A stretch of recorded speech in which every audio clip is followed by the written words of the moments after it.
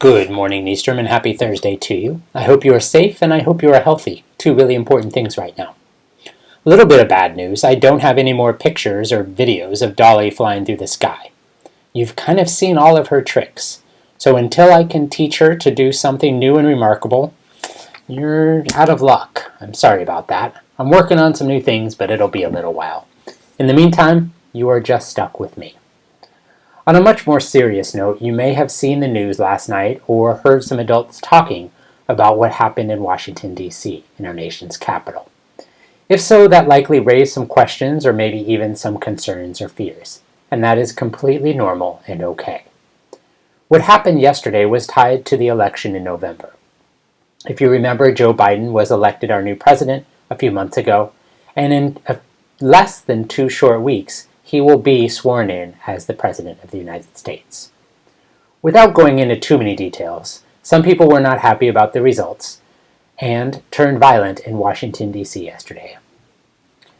Among all other things, I say every day, stay safe. And again, just another reminder, stay safe. There's been so much going on in our communities, in our nation, over the last days, months, weeks.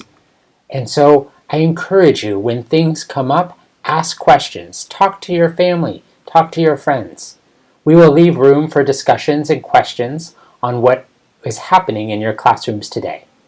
Ask questions, but also show compassion. There are a lot of people who have a lot of big feelings about what is happening in our country. If you need more time to ask questions or to process what is happening, please let your teacher know, and they can let Ms. Porzig and myself know, and we can figure out how best to support you.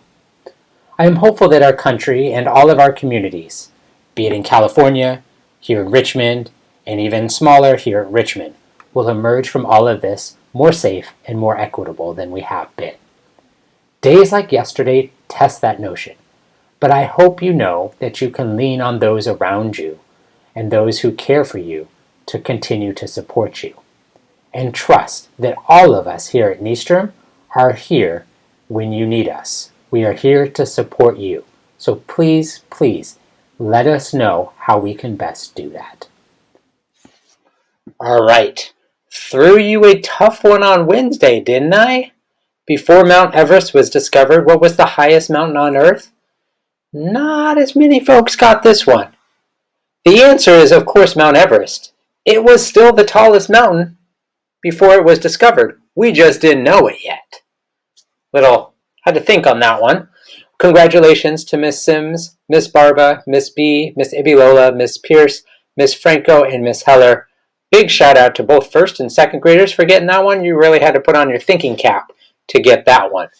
But just keep in mind, it was still super, like 29,000 feet or whatever high before we knew it was there. And it was 29,000 feet when we discovered it. Today's probably a little bit easier, but we shall see how you do. I'm hard as a rock, but I melt immediately in hot water. What am I?